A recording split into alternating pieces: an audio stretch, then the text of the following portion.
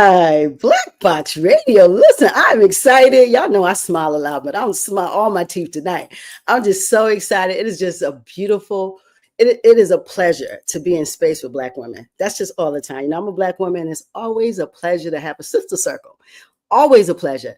So I'm Queen. I'm a host at Black Box Radio. We are a multimedia platform illustrating Black excellence. We platform Black people.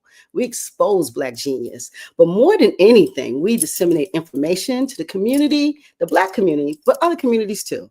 Our goal is to have authentic space for a Black face. That's what we do 6 to 9 times a month. I need you to pull up, 10 toes down, come through, like, share, subscribe. Please subscribe to our YouTube channel. You guys on the left coast, listen. We need you guys to come on and subscribe. Roll with us. It's all Black. It don't matter where we at. We Black, baby. So I need you guys to like, share, subscribe. Please subscribe to the channel. We're trying to build this grassroots space so Black people can have a space where we can talk. We can talk about our shine and our grind. So that's what we do. And I want to say one more thing, guys. We have a boot camp for new people who have a blog. If you have a new show, you have something that you want to present, we can be your back office. We can structure everything for you. So you just sit down and talk to the world. So if you're interested in something like that and being a part of our platform, we would really appreciate you to please contact us at blackboxradio@gmail.com. Put in your subject line, new show, and we will hit you up. We'll get that going, get you in the boot camp and get you out here, because sometimes podcasting or these blogs, it can be something that's scary. So we take all the scare out of it. We structure you up, logo, music, we make it happen for you. So if you want something like that, hit us up at blackboxradio@gmail.com. We also have a website, blackboxradio.com. It's popping, it's fire. Check that out. And again, our YouTube channel, at Black Box Radio. Please like, share, subscribe. So tonight, I'm a big reader. I don't watch TV. I haven't had a TV for about 7 years. And so because what I do is I try not to let the world kind of influence what I do. I try to let it be as authentic as possible. And when you start watching people, not that I don't watch things, because the phone lets you watch a lot, but not that I don't watch anything, but I don't watch television. I don't watch any reality shows. I don't want to see no Black foolishness. So I don't watch any of that, but I really am a big reader. And so this author hit up my email. Let me tell you, just hit me up like I wasn't going to answer. I answers. so the team said, you got an email. I said, oh, who is it? So I read the email, and it was this sister right here, Miss Shabazz. Say hi to the people.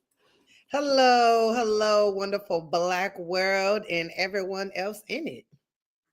Ooh, that's what I say. I love it. So we're just really happy to talk to you, because you're more than a published author. You're a lot of things, but that is the reason for the season today. We're going to definitely talk about that. You're on a book tour. You got your book it's spreading around like mustard. We love that. But we also want to talk about your work per se. So kind of tell us, first, get us familiar, and let me make Khariyyah. Yes, right? Khariyyah. Khariyyah. Yes. So let's get familiar with Khariyyah. Tell us a little bit about yourself, where you're from, that type of thing. Yeah, so thank you again, Queen, for having me on your show.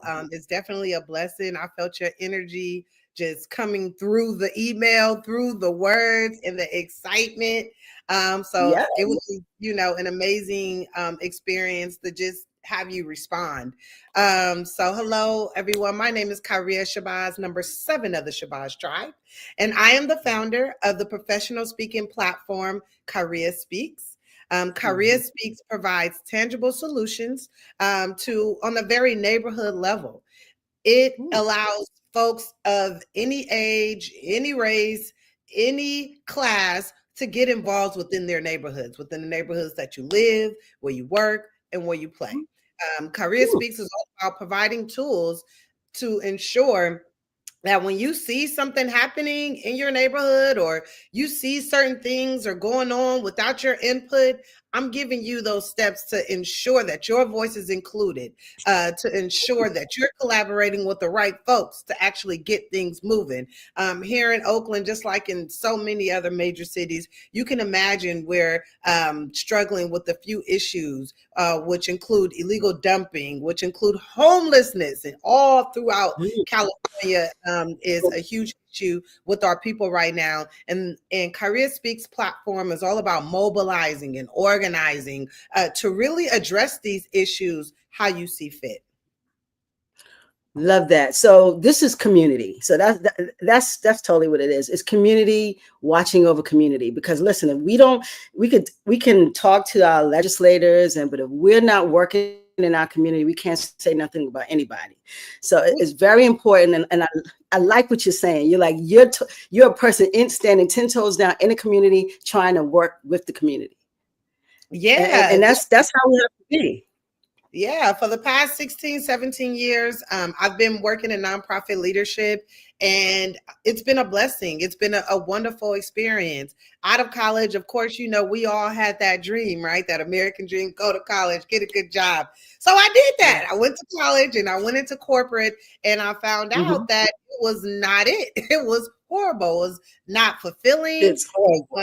It was working strenuous hours with no type of benefits to it. So I wanted a way to really, get involved. And a lot of that, of course, came from my family. As you know, I'm number 7 of the Shabazz tribe. So a lot of that, it has been instilled with me through my parents, through my siblings. And I went ahead and made that leap. I went ahead and jumped right into working in after school programming, working directly with youth.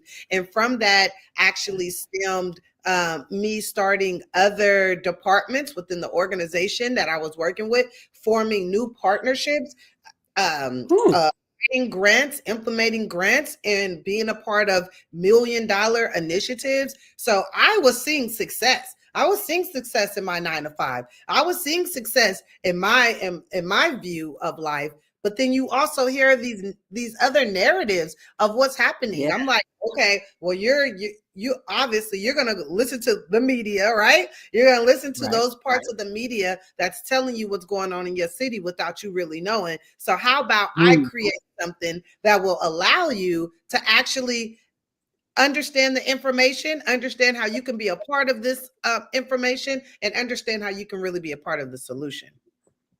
That's it. Being a part of. If we're not looking at solutions, then we're just talking. So it's definitely about a solution. So I'm loving you. So what I want to talk about, because this is number 7, we got to go back to that. I don't know the rewind side, but we can rewind back to that. So you're 7. So you have 7 siblings. Yeah, my mom has 7 kids, and I'm the 7th child. And 7 is the number. That's the number of completion. It's that special number. Yep. Yeah, it's a special number. So you're number 7 of 7. Wow. Okay, so 7 Shabazz rolling around the left coast.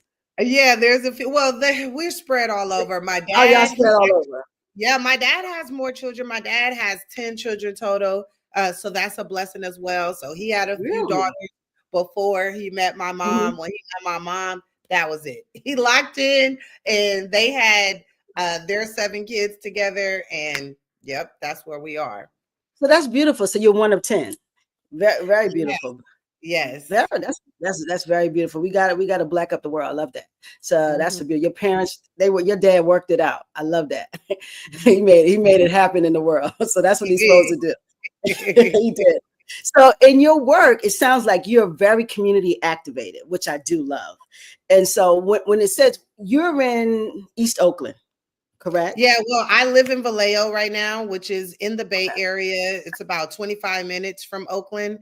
A lot of my work from my 9-to-5, that's in East Oakland for sure. And I'm from East Oakland. I was born in Oakland. Yeah. You're born in Oakland. Okay. So when it comes, because Oakland, it was at one point was very, very Black. I know that there's some gentrification going on in Oakland. They're spreading into that area that they would never come in. And we look now that Oakland is changing. It is literally changing. Yes. We have about 26% 80% white people. We have about 19% Black people. We have a huge Latino population. So it is changing. But the wonderful thing is we still got about 30,000 Black people within East Oakland, which is a lot where a lot of my work is concentrated. So that's a lot of, what we're trying to do. Keep the people there, of course, keep the people there. And ensure that the people who left, like myself, I had to leave because of the high cost of living, to allow them to come back. But I'm fortunate to come to Solano County because we actually we are the most diverse county in California. So actually within the nation, within the nation, we're the most diverse. We got a lot of Black people out here in Vallejo as well.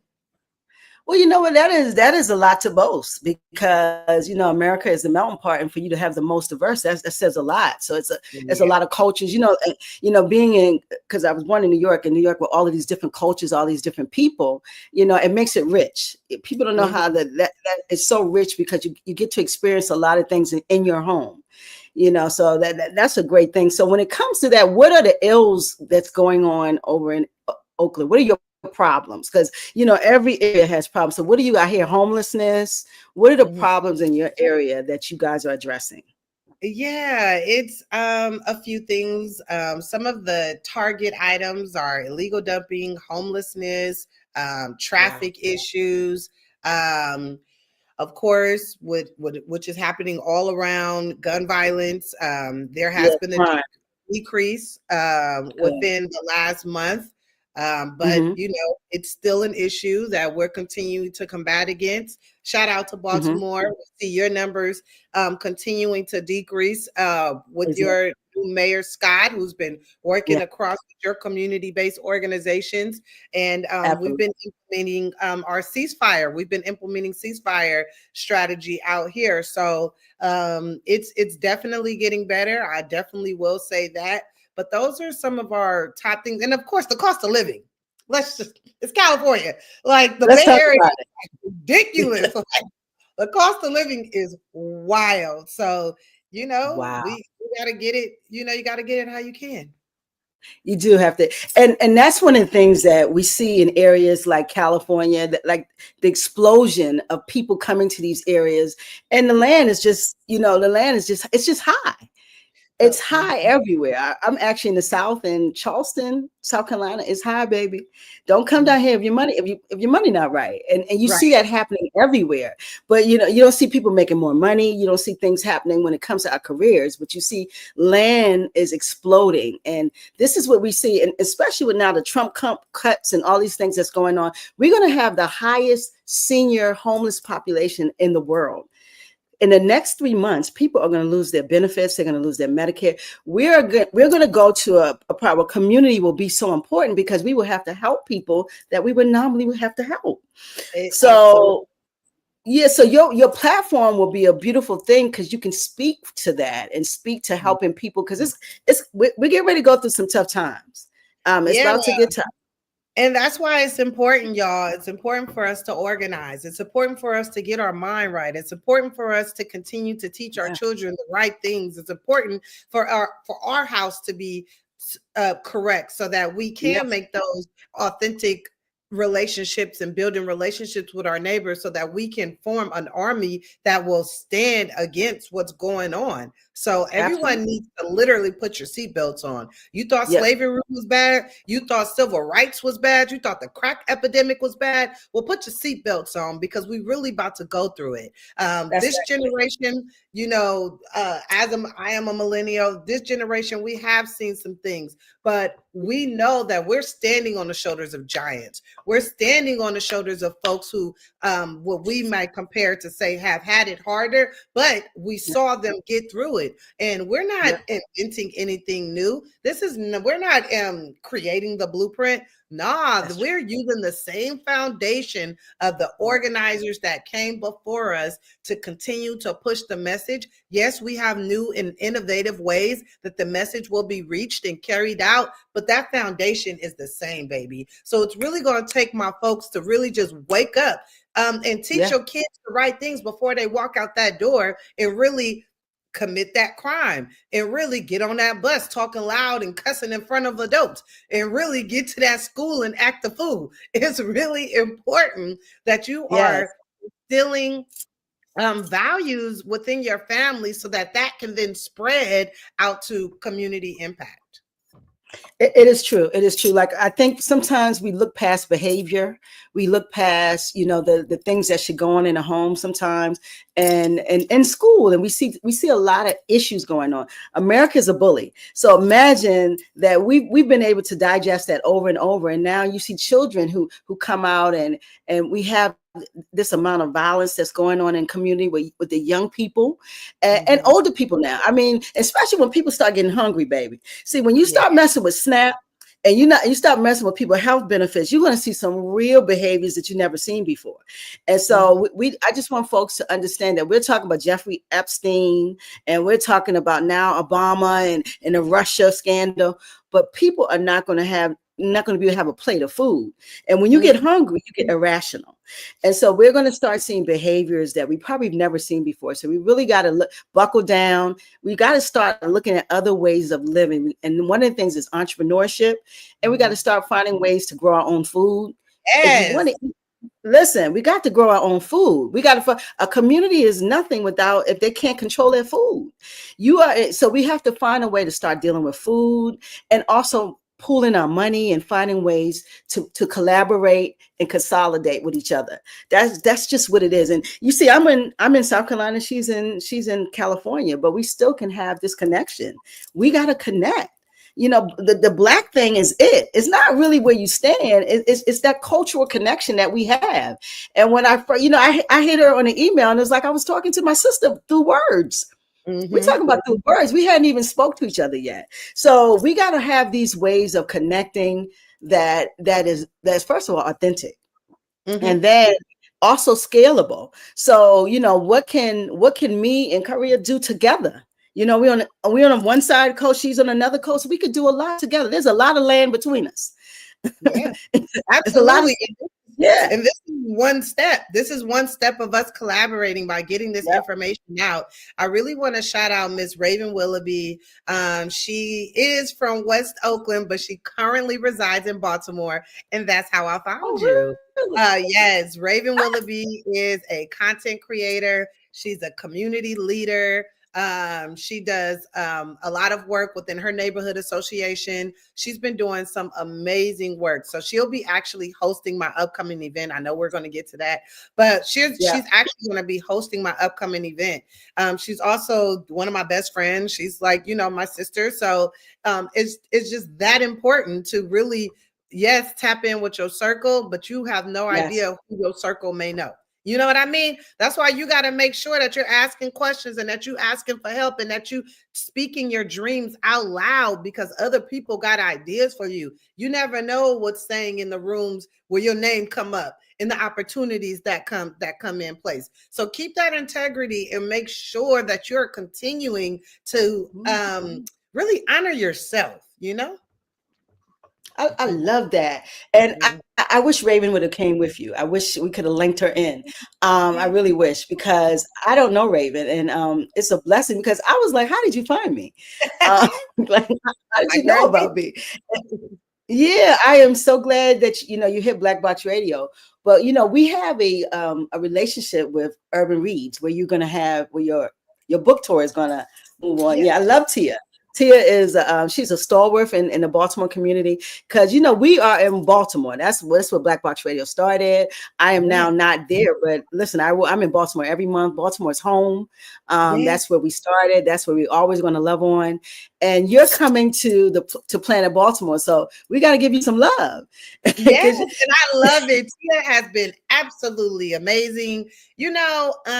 Baltimore always has like I have a heart, a love in my heart for Baltimore, and which I have for a few other cities, but I'm just always so impressed with Baltimore. I started like years ago. I knew the population of Baltimore. Like, I've already started digging deep, and I made my first visit to Baltimore when I brought my little cousin to college, and he ended up starting his college career at Morgan State. He's back home now, but I was able to take him there, get him settled, go to the dorm, and really just smell the air in Baltimore and really understand. So, I definitely wanted to make sure that Baltimore is on my list because of the rich history that you all have.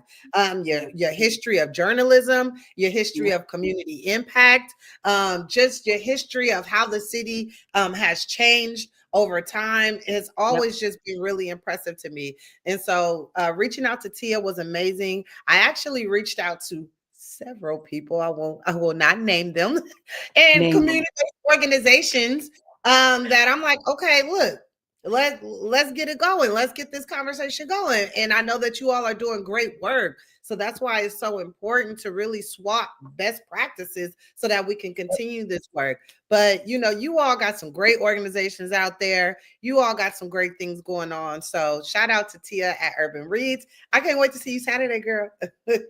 Shout out to Tia. Tia is she is definitely a stalwart in the community, doing so many great things and having a Black bookstore. That's what I love about Tia. Is she came out of prison and she said, listen, I'm going to start a bookstore. I'm going to start bringing some knowledge to my community. And she's right in the middle of the community. And see, Baltimore, people don't know, is one of the last Black cities. Baltimore is, even DC used to be chocolate city, baby. It's not chocolate no more. It's 40% Black. So, when they change when they start gentrifying, that means they're pushing us out. So Baltimore is one of the last Black cities. And it's a city that now is about 67% Black. And so not only does it have a lot of things culturally going on, but it also has a rich Black history. Yes. And that's what I love about Baltimore. It's like when you go everywhere, guess who you're going to see? Black people. Not only, and I love that you shout out Mayor Scott and what he's doing, and he is doing amazing things. But I will say that Mayor Scott is not the reason for what's happening. It's the grassroots organizations. It's the people who stand 10 toes down. Yes, they stand 10 toes down in the community, and they fight every day for Baltimore. And not only that, the community has finally said, we had enough. We are sick of the killing. We are sick of this. So they bought in. When the community buys in, the grassroots stand and they let the grass grow and let the grassroots do what they supposedly do. And then the mayor puts in policy that definitely helps that process. Then we see violence quell because people have hope. People have jobs. People have access. People have the things that when people have all of that, don't have time to be thugging. When you can go to work and make a bag, why are you thinking, boo? You don't have a chance. So that's what we see. We see people having access to more resources that the mayor has opened up, but the grassroots has always been the caveat. So that's why what you do is so important, Sister Khariyyah, because if we don't have people who are speaking for the people, then you will never see change. It doesn't start in the mayor's house. It starts on the street. And so that's what makes Baltimore. So we love that you coming by us. We love it that you coming by you. Yes, Queen, you are just hitting all the nails on the head. You are so absolutely right. Really just creating that sense of belonging so folks don't feel hopeless, and really creating that symbiotic community. Because if I feel like that I need you and you need me, I'm not going to cause harm to you. I'm actually going to protect you because I want to make sure that you are able to continue to produce for what I need. So you're absolutely right. It's really, and you're right. It's all about putting that power and that force into our community-based organizations and allowing them to build up until it gets to the point where we need that civic engagement. Then y'all can come in and relieve any type of red tape that we might come up against. Other than that, please get out the way. Please get out the way, because this is a partnership, and a partnership needs to work just like that. Allow us to build, allow us to do what we do as community-based organizations, as community members, and then relieve any type of barriers when it gets to that point. To our city council member, to our mayor, they are supposed to move that red tape so that we can continue on and really see our people flourish. And that's what you see what's happening exactly in Baltimore. And sometimes it takes a young mayor. It takes a Black mayor around Black people who understands what Blackness is Yes. to actually applicate and give people hope. When you Mhm. give people hope and you give people a chance to have access, you see they don't have time to bring up the numbers. Them numbers go down. And that's what we see happening. So I love what's happening in Baltimore. I love that you're coming to Baltimore. Listen, I love that you're coming to Baltimore. I really wish I could be there. But I'm saying to everybody, listen, I need you guys to pull up. This is Saturday. Urban Yes. Reads Bookstore from 3 p.m. to 5 p.m. This beautiful sister will be in our town. Listen, we got to love on her. Love Yes. on her, protect her. Come get a listen, drop a bag, get her book. You need a resilient voice. Let me tell you something. You need a Hey, resilient voice. You need a you resilient need a voice resilient to voice. know how I to need find yours.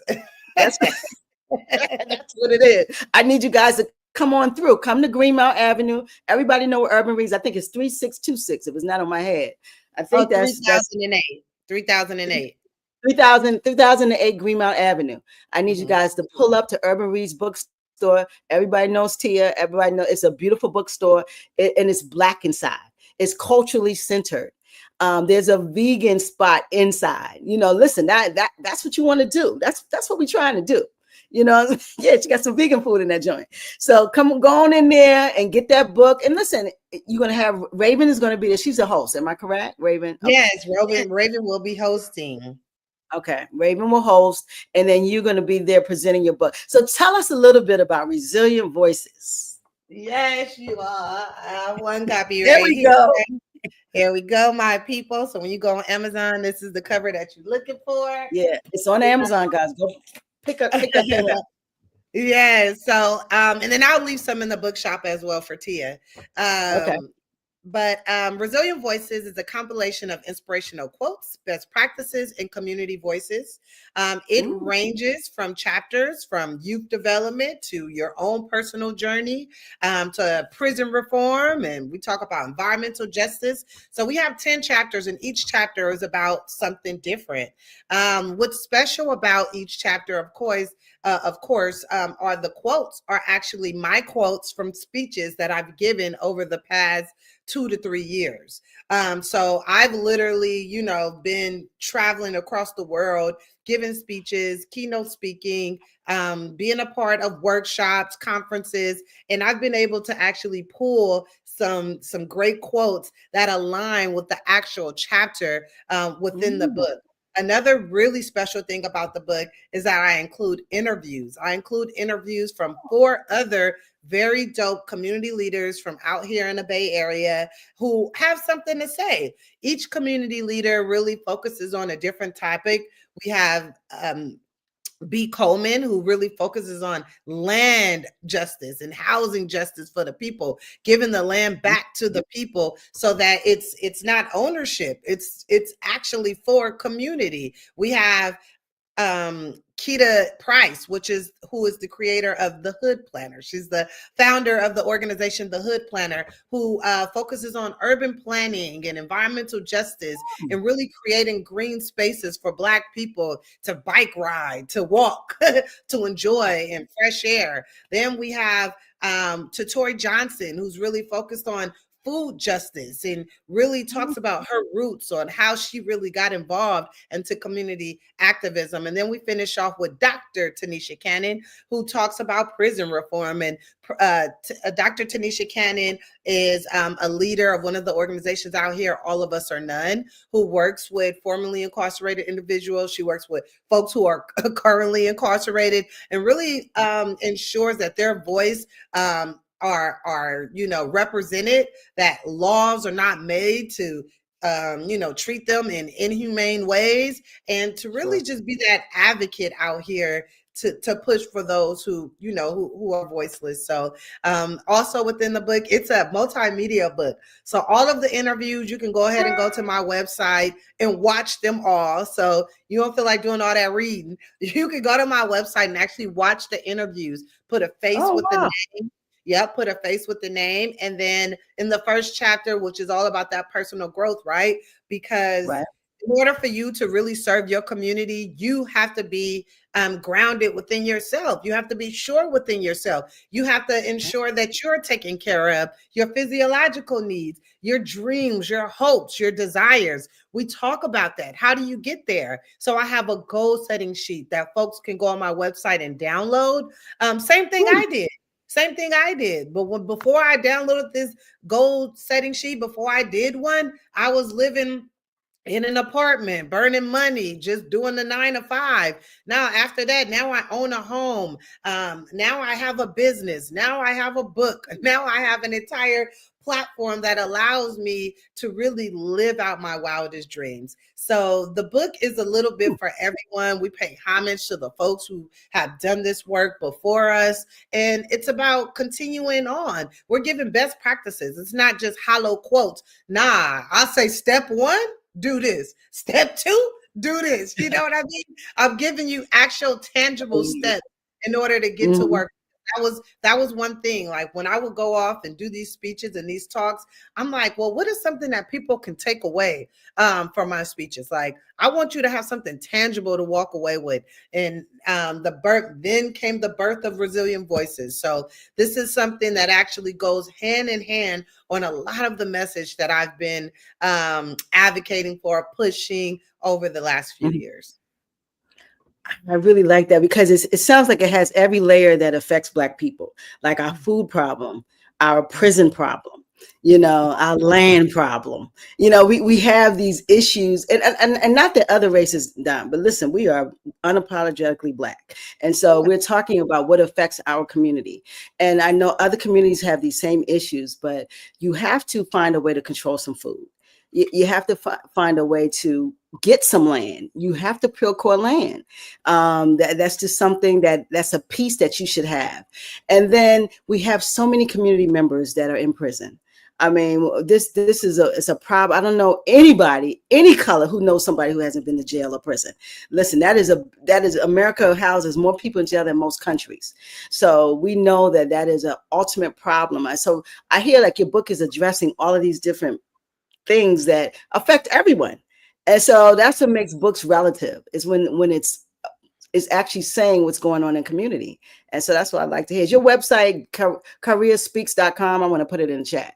Yes. www.khariyyahspeaks.com. Yeah, it was special for me to kind of touch on these topics because as I'm going through my day-to-day work, I've actually worked a part of so many different initiatives. So I have a little bit to say about environmental justice. I have a little bit to say about youth development. It's been so diverse. I didn't want to put myself in a box. I don't want you all to put yourselves in a box. And it's important to really, when your first steps of, hey, I want to get involved. Well, it's important for you to identify, what do you want to get involved about? You know what I mean? Like, what issue resonates with you? What resonates with you? So this book actually provides you a variety of issues to actually go and indulge in. And when it was time for me when I didn't really know too much about the topic, that's when I got the interviews for. It's not just my voice, it's other voices in here. And that's a part of the whole success. That's a part of for sure my success has everything to do with my village, has everything to do with the team, has everything to do with my colleagues that have been here with me fighting this great fight, and we get in that good trouble. So it's been really amazing. And I love that you said that, because a lot of times we get to spaces and we never shout out the village. We never shout out the folks. Because listen, we standing on a lot of shoulders. It's no way I can sit here and do what I do if other people aren't helping me, and just people coming to sit with me, and for us to be able to talk to folks and divulge what's going on, or lay or disseminate information. People have to buy into what you're doing. And so it's such a blessing. I love my guests. I love the folks who work with me. I love the other podcasts out here that's doing this thing, or other people who are doing blogs. Everybody matters in this thing. We all got to work together. And so no one's hiding the other. And I couldn't get anything done if I didn't have anybody else. I couldn't. Nobody wants to see me every day. Yeah. If I was sitting here every day, like, here she go again, running her mouth. So, you need other people. And so the blessing is like Raven would tell you about Black Box Radio, you would reach out, and here we are today. And That's now like a here we are today. Yes. it's just a three-pronged thing, and it's a blessing. I've had Tia on, and I know how powerful Tia is. And I gotta have Raven. Raven got to come see me. Yeah, I'm gonna Yeah, tell yeah, her. yeah. Raven, Yeah, you tell her get she got to come see here. her Raven, sister. she want to see Yeah, you. she got to come and see me for sure. But I love some of these plays. The doctor. I love what she's doing. Environmental justice. I have a guy here that's doing. I would like to talk to some people on the left coast too. So we're going to talk about that also, because we got to know that Blackness is everywhere, baby. And we're working. People say, "Oh, Black people ain't doing." There's so many people working in community. You just don't know who they are. So You don't just say don't. we're not doing it. Yeah, and folks are fast to say what's not happening. Folks Yeah. fast to say what's not happening. We know that false narratives travel 6 times faster than real, than the truth. A lie. And, I love and you that, said false narratives. You made it yeah. beautiful. A lie. I like how you made it beautiful. A lie travels. Because that's what it is. Yeah. Exactly. And a lot of times the people who are saying what Black people are not, they're not doing anything. Don't fuss if you are sitting on your couch. If you're not 10 toes down out there trying to do anything, shut up. And that's what I have to say that to people. Like, you're complaining, but you're doing nothing. If you see a problem, you got to be the solution. You gotta be it. There's no, I don't know if y'all noticed, but there ain't nobody coming through to save us with no cape on, with no white shining arm. I don't know if anybody noticed, but they're not coming. Nobody's coming to save you. You gotta save Nobody your comes. You got to save your family. You got to be there Yep. for your community. And the thing is, if you just go outside, go to a community event, you have no idea what type of resources are there so that the load won't seem so heavy for you. There are Yes. resources there for, I know you got to go to work. I know you're trying to put food on the table. I know you got to pick up your kids every day. You got to do this and you got to do the same thing every day. But if you just schedule a bit of time to go to that community event on Saturday. Take your kids to that special thing that they've been talking about on those weekends. You never know what type of resources are there to help you lift that load that you're really carrying. Right. Yeah, we don't have to do this alone. And there's resources, but you got to be there. You got to be present. And sometimes it takes a little putting it in your schedule. I know the children and trying to raise these babies and your own stuff that you need to address. You got to leave time for the community. Sometimes things in the community can make your life much easier. It's just we don't know what's going on. We're not present. And so that's very important. We got to be community activated. This thing that we've learned in America called individualism is not sustainable. Yeah. It's not sustainable. Let me tell you again. You can't sustain alone. No man's an island. You need help. I don't care who you are. I don't care how independent you are. You need help. Everyone does. And so it's important that we definitely reach out to each other and big up each other too. Listen, be humble. Humility matters. Humility definitely matters. So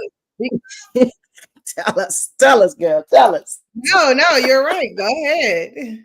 Yeah, humility matters. So I want to hear about your speaking thing, because you said you do the speaking and you're a speaker. So kind of tell us a little bit about, how do you go about that, and also how somebody can contact you so you can come and lay some of them words on, put some bars down. Yeah, absolutely. You can always go to my website, www.khariyyahspeaks.com, and go ahead and book. I'm available for keynote speaking, workshop facilitation, one-on-one consultations, and hosting, of course, hosting. So I'm available for all of that. One thing, how this really landed was I thought about it, right? So I was working for the same nonprofit organization for about 15 years, y'all. And I was doing great work. I'm very happy with the work that I was doing. But you gotta, understand that although you're doing all this great work, it's not yours. It's not, it wasn't my organization. It wasn't, I would get credit, but okay, but it wasn't mine. I was doing so much work for, someone else, and I didn't have anything that belonged to me. So I started to think about, like, well, what is it that I want to create that actually I can take control over? And then I started thinking about, well, what do I most enjoy about this job, or about my 9 to 5, or about, what I do? What makes me happy? What makes me joyous? What comes Yeah. natural? I want people to Yeah. think about that.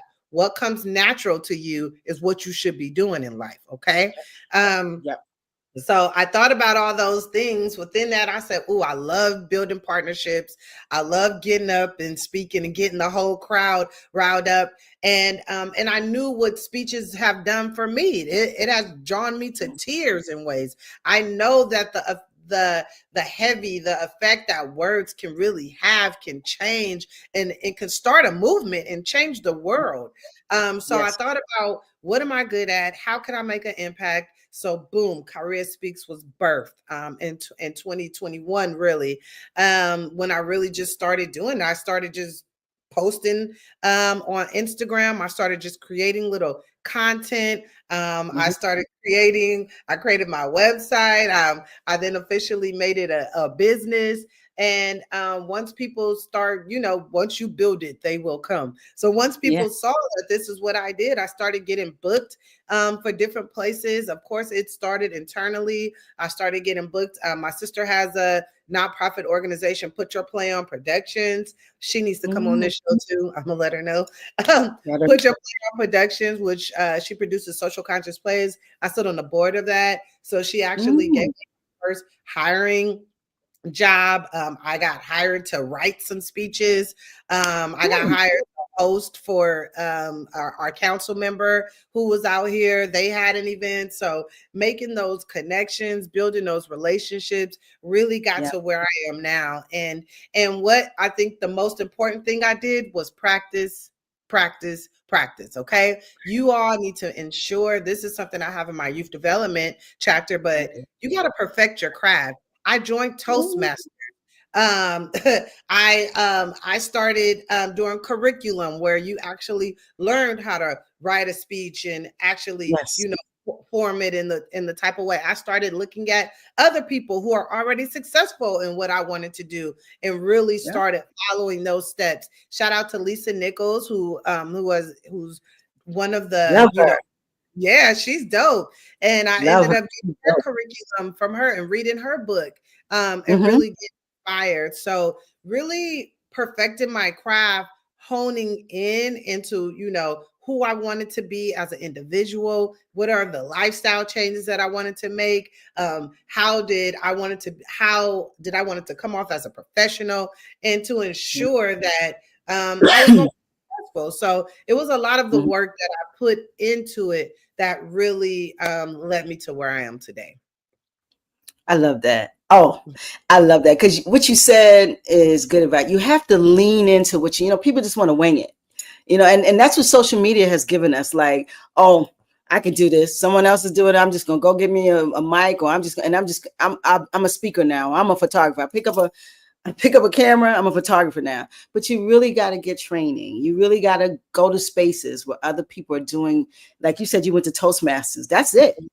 Mm-hmm. That that is how you learn. I mean, and now I went into Toastmasters. They don't play with you. Right.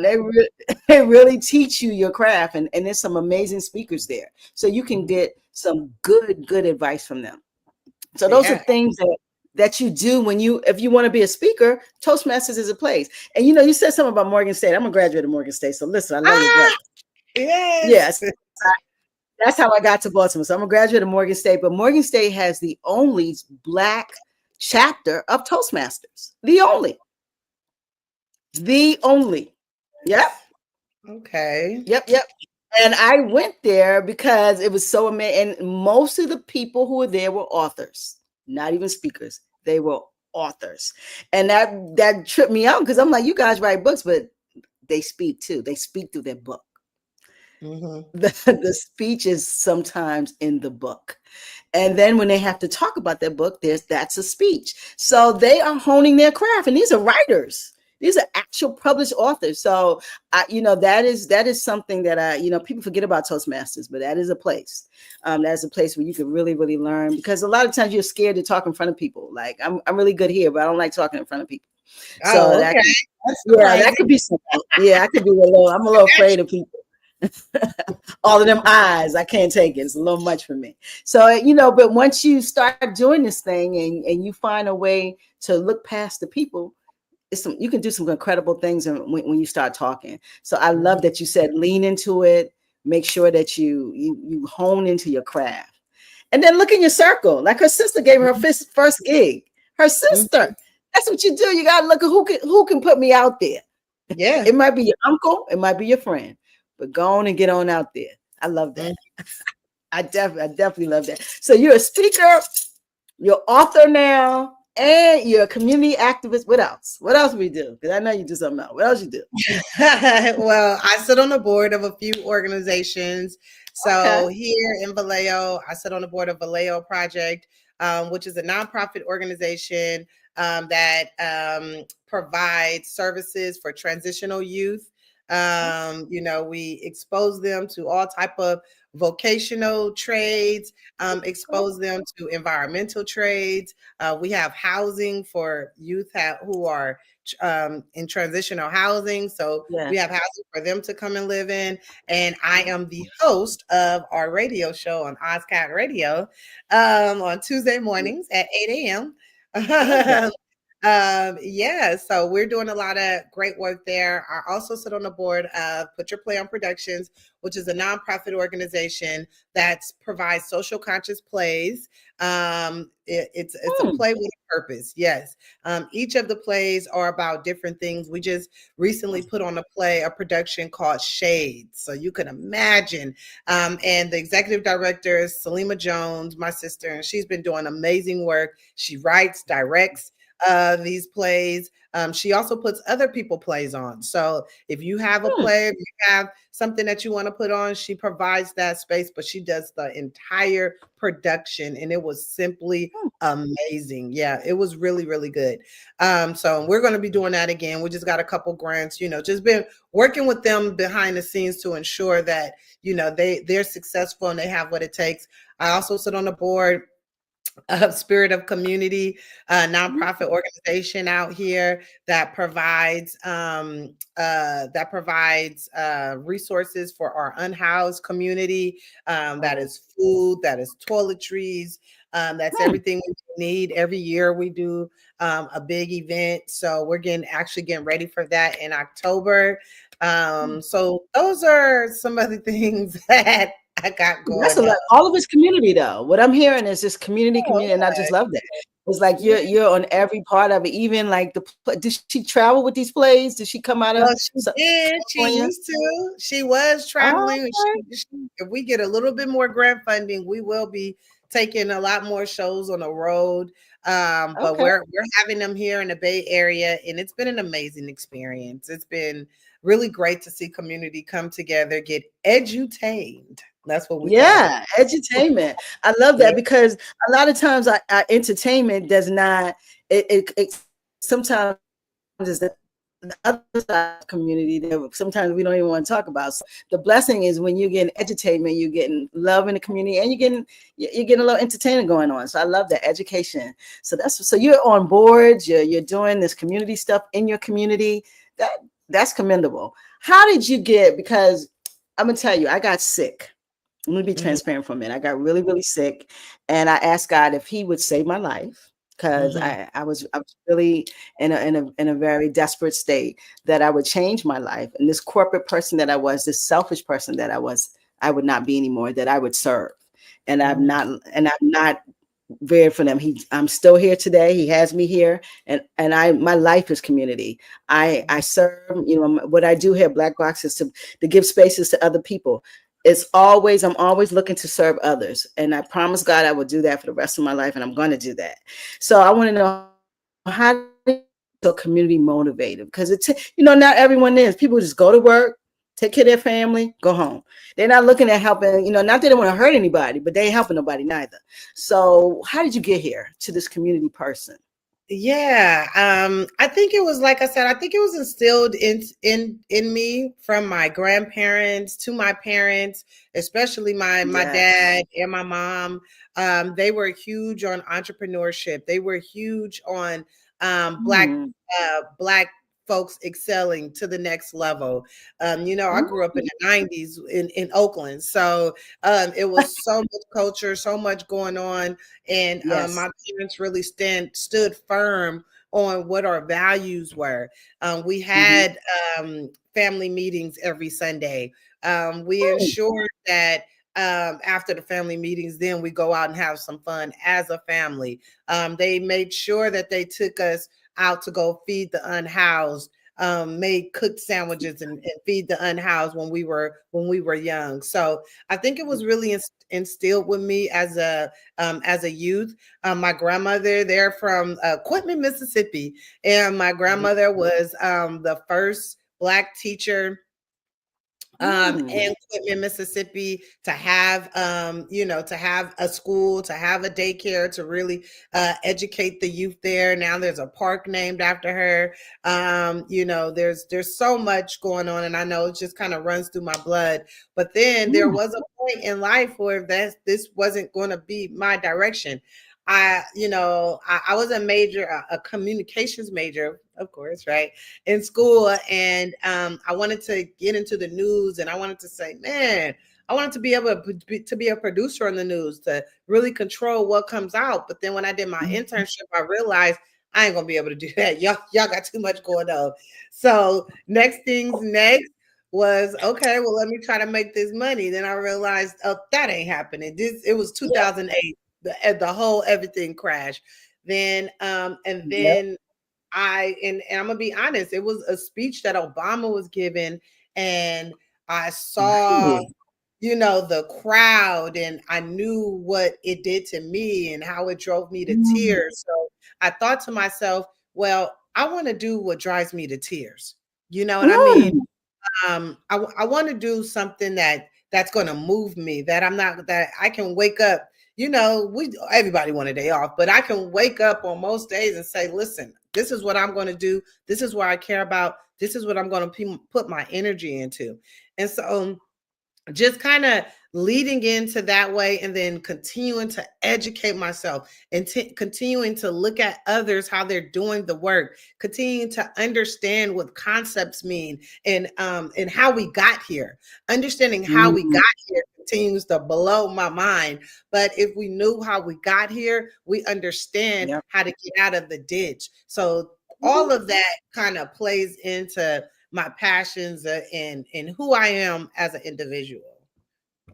I love what you're saying because, but everyone has that trigger. So your trigger was the speech that Yeah, from Obama. yeah, Mine was being sick. So we all have that thing because the seeds were planted. I had my grandmother in South Carolina was one of the first teachers. Same man, thing. She yeah, fed people. yeah. I used to be in the back seat, and she had a summer program. She would give food out to people who were hungry. So all these things that you don't even know is part of your DNA is being planted inside. My mom fed the community. We moved here from New York. She started feeding people. So, that is things that you don't even know is a part of you. So when you become a grown up and you go through, like, of course, you go to the corporate entity and they devalue Black people. Let me be honest. Listen, we striving for all this education, and I'm not saying not be educated. What I'm saying is we have to learn how to build our own buildings and our own places, because we take our smart selves in there and it's an attack. It is definitely an attack, and it is not a safe place. I promise you, it's not safe. And so a lot of us we either stay and we're angry, or we leave and we do something great. And so I left. I don't know if I'm doing great things, but I'm trying. And so leaving that corporate establishment that we all work so hard to be a part of, we see that it really isn't the space for us. I was really, really disenchanted going to work every day, being this person striving for that bag. That bag makes you selfish, baby. It makes you selfish. So the number one thing is we have to find a way to give back to our people. If we're not doing that, what are we here for? What are That we that's here? that's what I'm, so that I always ask, like, if you're a community person, how did you get here? And Yeah, and, and so I love you saying that, because it happened before even you got to the community. It happened with your grandmother. It happened with your parents. yeah. That's what makes it real. So we have to pay it forward. So with your children and with your nieces and nephews, you're going to do the same thing. And that's how Absolutely. we Yeah. build. That's how Absolutely. we build a better community. Yeah, Yeah. And that's what yeah. continues to keep this thing going. Because what you're doing now, you're going to give that to your nieces and nephews. You're going to give that to your children. You're going to give that to anyone who comes around you because it's a part of you. And so I love to hear that. And then you're on the left coast. So you're on another coast doing the work.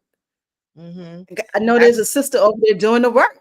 Yeah, And and that's what people just need to know sometimes, that somebody else is in the fight with you. But I love yes, how you yes, emphasize that, because it goes back to, it starts at home. My millennial parents, it's okay to be on Instagram every now and then, but you all need to be instilling these things in your children. My yes. parents that are 35 to 45, your kids are teenagers now. Okay? Yep, Your kids are 18 now. It's time for you to like you literally have to do that while they're young. And don't yes, worry, they will pick up on it. Don't worry if you think that you're losing them. No, they're going to, their life, how they are as an adult, is going to be based on what you were as an adult. So think about that. You know, yep. you're still Because working I in was pissed off cycles. many times. Khariyyah, Yeah. I was pissed off many times when I had to go with my grandma. I didn't want to go. I didn't want Yeah. to go Yeah. and ride my bike. I was the first Uber baby because I used to ride my mom and drop off food. I was Uber Eats baby before there was an Uber Eats. I had to get on my bike and take that food to that elderly lady on the other street. So I was Uber Eats and I didn't want to do it. I was angry. But today I serve. It started there though. And Mm-hmm. so what your kids are saying they don't want to do, make them do. Make them Because do it. Stop. Yeah, you're giving them way too much flexibility. Like, what are you doing? what are you Who's in charge? doing? You're trying to be their friend. Stop trying to be their friend. And like, and build a relationship that, not that they have to fear you, but they respect you, that they're Yes. actually going to be embarrassed or shameful if something comes up that what you're doing outside of that household. Like, you got to have some standards for yourself, have some Yep. standards for your children, and Yep. that eventually goes into your community for sure. I totally love that because today I'm a grown woman, but I always think about what would my mom say. I don't want my mom to visit me in jail. I don't want that. I don't want to see the hurt in her eyes. I even as a grown, I mean, real grown, I still defer to my parent. That's the respect. My dad is dead, or when he was living, I always wanted to know what would my parents think. But you have to instill that. And so when we start instilling these type of values, we see great grown-ups. We need to have great grown-ups. It's a lot of music out here, there's a lot of stuff out here, but if you got good seed in you, it will grow. I don't care what's around you. I saw a lot of stuff around me, but I had good seed in me. You get what I'm saying? If you plant good Absolutely. seeds, it will sprout. So don't get mad when they say now they don't want to hear it. They listening. They are listening. So They are. I love it. Yeah, we teaching, I sis. like We how doing you that. brought up the fact that you know what's going around in your environment. Because check this out, we grew up with Lil Kim. We grew up with check that. We grew up with All all. of it. We know, but All of we it. know how to leave that there and then continue to live your direct life. Yeah, we know how to go to work and know how to act. We know what we need to do. Yeah, I love Lil Kim. Listen, I ain't mad at Lil Kim at all. I like at Sexy Red. all. But I know Sexy Red can't go and do what I gotta do. I like Listen, and Glorilla. you just teach your kids the difference. There If you you go. gonna let them listen to all of that, teach Yep. them the difference, The okay? difference. Yeah, like you're not Glorilla. She's an entertainer, baby. Be who you are. I like Yeah, Glorilla. Glow. Listen, I love me I, some lo- Glow. I Yeah, love me some Glow. Glorilla. Yeah, let her cook. But you got to know what's good for you. We got to be able to understand that because unfortunately, I see the young kids sometimes they put. I saw a girl, she had tattoos all in front of her face, and listen, I ain't mad at tattoos, but I just don't want you to stop your own growth. You understand what I'm saying? We have to find a way to understand that there's a place for everything. And so that's the number one thing is like, don't put yourself in boxes that you can't crawl out of. Absolutely. That's just it. So remind us again, this is what we're here. We're here about your book. Remind us What's going on this weekend? All right, y'all. We are officially on the Resilient Voices book tour. We are at our fifth stop, and we are coming straight to Baltimore, Maryland at Urban Reads Bookstore Saturday, July 26th from 3 p.m. to 5 p.m. Come join me, myself, and host Raven Willoughby for an afternoon of a great Q&A session, community collaboration, and just a really great vibe, y'all. Come be a part of the discussion. Come be a part of the conversation. Come be a part of an inspiring afternoon that will leave you geared up, fired up, and ready to go take action, y'all. Come on. Come outside. Listen, I need you guys to pull up. Listen, we don't have people come in Baltimore and we don't come and seed into their life. Listen, come see the sister. She's flying all the way from the Bay Area to come see us. And we gotta show up. Pull up to Urban Reads and on Greenmount Avenue on Saturday. Please. I need you guys. I need you guys to please come and support this sister on Saturday from 3 to 5, right? 3 to 5. This is going down. Yep, 3 to 5 p.m. And I heard Baltimore's having a birthday, right? On Friday? Yeah. It's some things going down in Baltimore is going to be popping this weekend. So I think yes. So listen, don't pop too much that you don't make it to Urban Reads though. Oh no.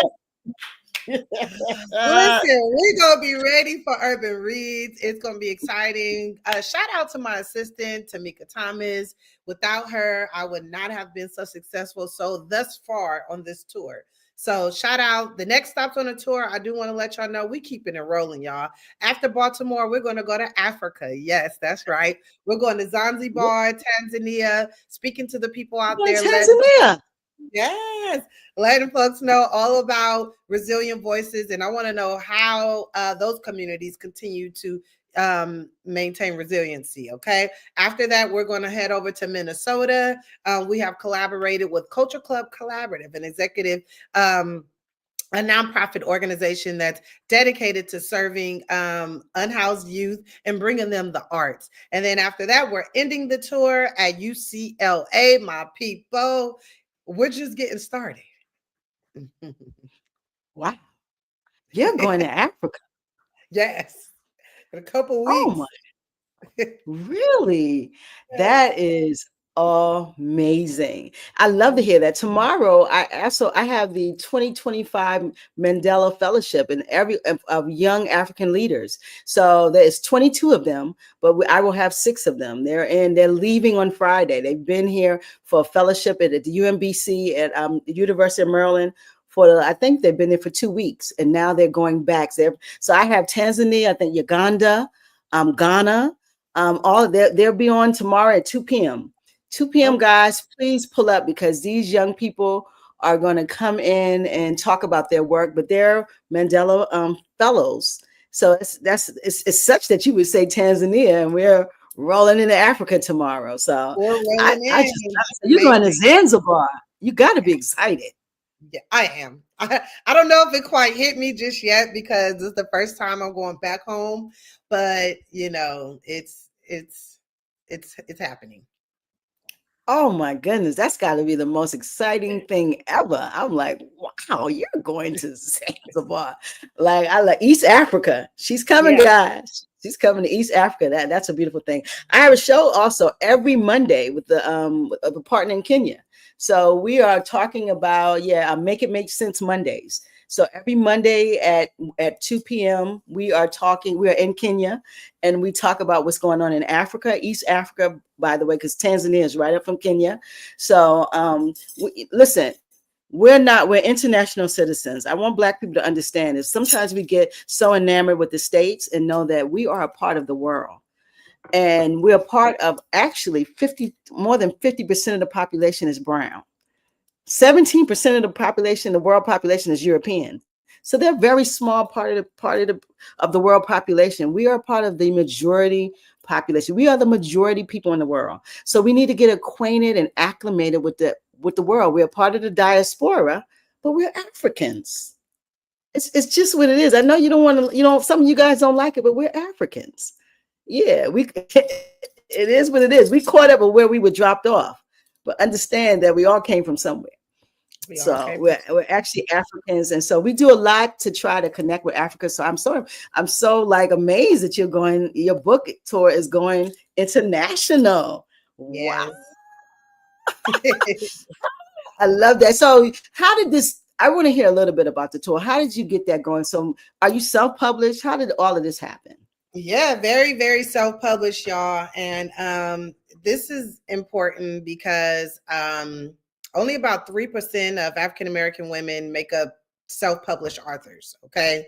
That Mm, that's something important. So I knew I always wanted to go on tour. At first, I was like, oh, I'm gonna go on a speaking tour like a year or something ago. I'm just like, man, this would be amazing. But I actually sat down with my team. We started having team meetings, and shout out to Brittany Dudley, who's in Iowa.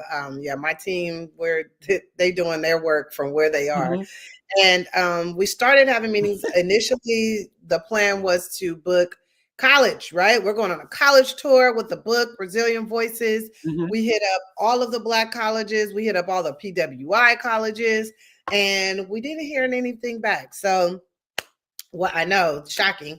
So what we did was to create a plan B. So we're like, okay, and this is what strategic planning, my people. And this is, Mm. this is important, especially when you're self-publishing, because when you are writing that book, who cares who that you write in that book? You know what I mean? Unless you're, you gotta be a celebrity to be a bestseller now, and Yeah. do it that way. So what we did was we strategically chose cities where I knew people, where I can have somewhere to stay, right?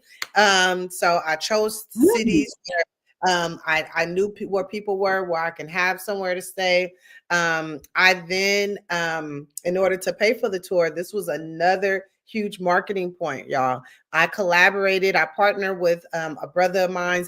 Shout out to Aesop Senior, who's also an author, and I invited him to one of the stops on my book tour in Oakland, and he called me one day and say, "I got an idea. Let's do books and brunch." So we've been having these events. We had like 4 in spring. We're having a few here in the summer, and then when we host those events, that is actually paying for the tour.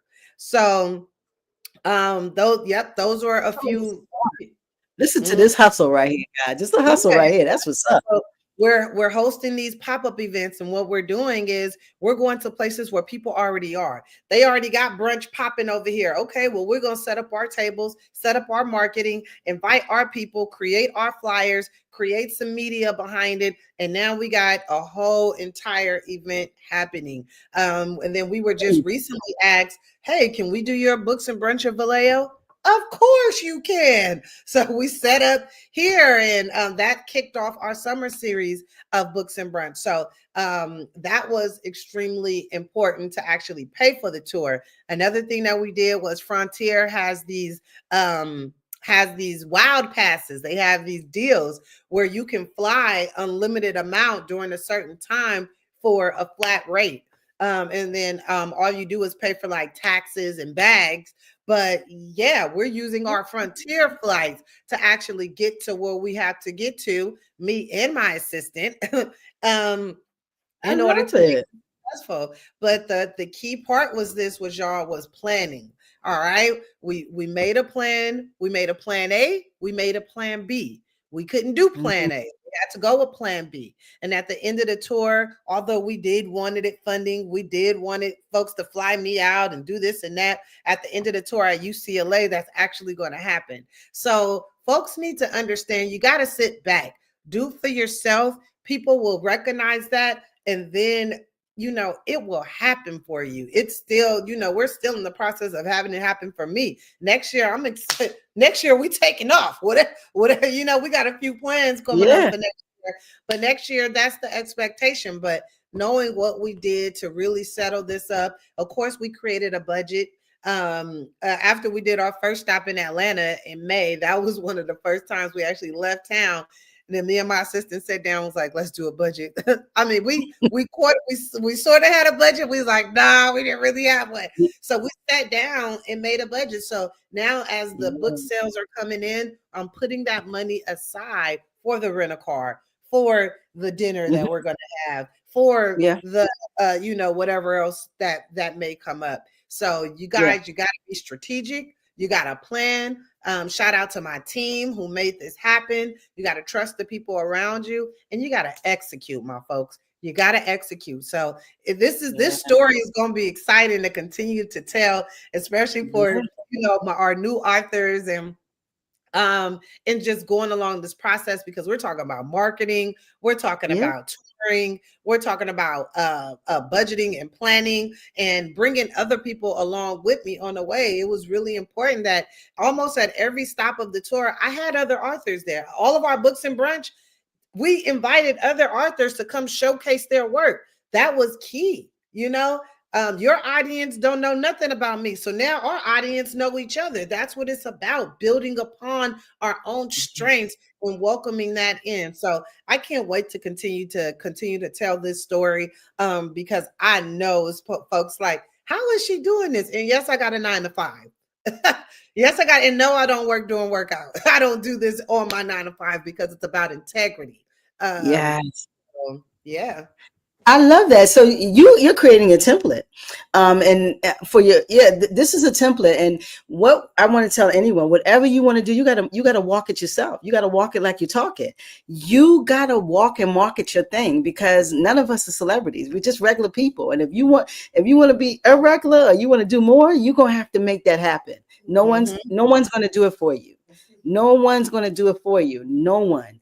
And so that's what this is. And so what I'm hearing is a template, particularly of you guys just looking at, okay, this is what we can do, and this is what we might have to set up to do it. That's amazing. And so I love what I'm hearing. Like, man, and you're going to Africa, a template that takes you to Africa. Shit, you can. That is what's up. And so this is your 5th stop. How much do you have all together? Come on. How much do you have all?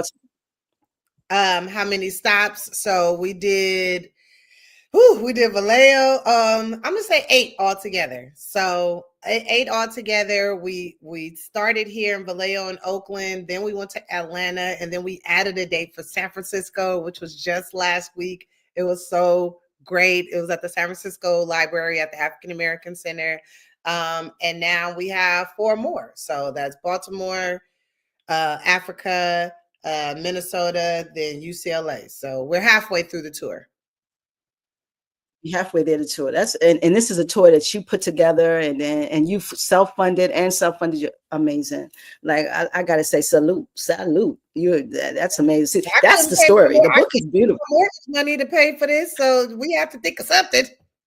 You got to think of something, and I like this. Like, the book is something, but the what you've done around the book, that is a whole nother book. let me just make you understand. That's a whole nother book.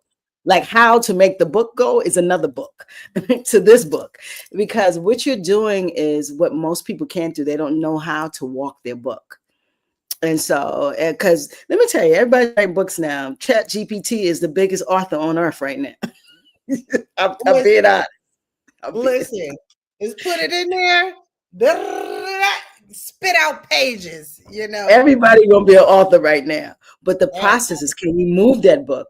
Is the book authentic to you? Can you make the book? Can you make the book actually be applicable to people? Because ChatGPT is just a system. Can you apply it? That's where it's all going to go down. This is where you're going to see the real authors, like how they apply this thing. And so what I'm hearing from you is you got a whole template going. And listen, you fly, sis. You dope. You are super, super dope. I am so impressed with you. So we definitely we've been here an hour and 13 minutes. It don't even seem like that. It definitely don't seem like that. I really enjoyed this conversation. I am hurt that I can't be there, but where should people be on Saturday? Tell the people where they got to be. Y'all come down to Urban Reads bookstore in Baltimore, Maryland. That's 3008 Greenmount Drive. It's going to be an amazing time. We're going to be there from 3 p.m. to 5 p.m.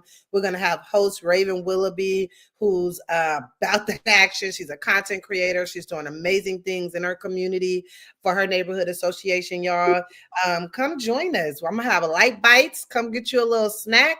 Come be a part of the discussion. We're going to have a short Q&A with myself so you can understand a little bit about the book, understand a little bit about me. Then I want to hear from you all. Like, this is not just about me sounding off what's right and what's the nah. This is about us interacting and engaging. So come be a part of the conversation. Come be a part of the movement.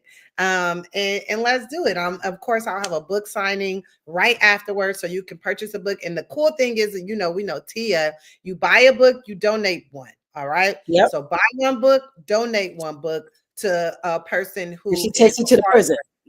Yes. Yeah, she takes you to the prison. Incarcerated. So that is really key, y'all. Buy one book, donate one book. So come be a part of the movement, spread the word. If you can't come, tell somebody else about it. Maybe they can come. But and if you can't, Amazon has the book. Pick the book up. It doesn't stop you from getting the book. Show them the cover again, sis. Listen, if you cannot make it, we cool with that. But you take yourself to Amazon and get you some resilient voices. Look at that. You see that cover? Pick that up. That's what we're here for. Pick up this young lady's book. We have to sow into each other. It's going to be a day that you're going to want somebody to come in and be a part of what you're doing. This is what she's doing. And not only that, she's being innovative. She's coming across country to see Baltimore. Listen, Baltimore, stand 10 toes down with your sister. Urban Reads, Saturday, 7/26/25, 3 p.m. to 5 p.m. Be in that space and get you a book. Drop a bag. One for yourself and one for somebody who's incarcerated. That's what we do. Yeah, it's a lot. Thank you. So listen, drop us a jewel. We need your jewel. Inspire us. Give us the last word. All right, y'all. Well, we all know that this thing that we call social change is going to take all of us to work together in order to achieve this. It's going to take a shared vision. It's going to take discipline. One quote I always live by is that hope is not a feeling. Hope is a discipline. That's something that we continue to work for. That's something that we understand that will change. We know as society grows and how society shapes in different forms, that we have to adapt to that. We have to understand that if your neighbor is not okay, then you are not okay. If they are not free, we are not free, because the same thing that they're going to be doing to those folks, that the same thing can happen to you. We all know that when we provide resources to those who have been historically disadvantaged, that everyone is lifted up in the process. So it's about you. It's about you and how you want to contribute, how you want to leave your legacy, how you want to raise your children, and how you want to continue to use your voice to affect change within this world. The time is now, my people. Let's get to it. Oh, I love it. Listen, we have so enjoyed you. I am inspired by you. I thought she was 17, y'all. Yeah, so, don't get it started. So I'm telling you, so she surprised me. Yeah, she's a millennial. I thought she was a Ziza or something. But that tells you how Black don't crack, and Black women, we just doing it. We carrying our age like it's a shirt or something. It's just on us, and we keep it moving. So I love that. And so she has just dropped so much with us today. And listen, we so appreciate you for blessing Black Box Radio. Thank you so much for coming. Thank you. And I definitely am going to keep in touch. When we start doing some things, we're going to invite you. We're going to do some things with authors. I want you to come on through. Yeah. I will. Yeah. We got to talk about, because we have some events coming up next year for sure. And we definitely, when you get settled and back off your tour, then maybe you can come on out and bless and come to the South. We're going to bring you to the South. Yeah, I would love to come to South Carolina. It's like, we're going to bring you to the South. I would love it. I love the South. The South is a part of me, so I cannot wait. Okay.